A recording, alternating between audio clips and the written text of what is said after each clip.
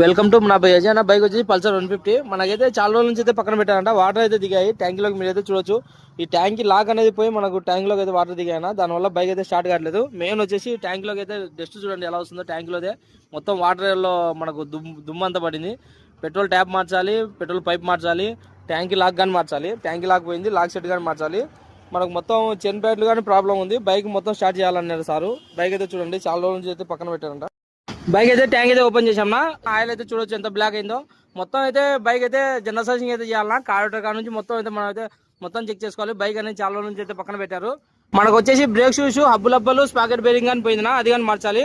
మొత్తం బైక్ అనేది పక్కన పెట్టారు కాబట్టి కలర్ అనేది డ్యామేజ్ అయింది. క్లచ్ కేబుల్ అయితే కట్ అయిపోయిందినా. సార్కి అయితే చెప్పలేదు. క్లచ్ కేబుల్ కానీ మార్చాలి. కేబుల్ అనేది 3 సార్లు అయితే కట్ అయిందినా.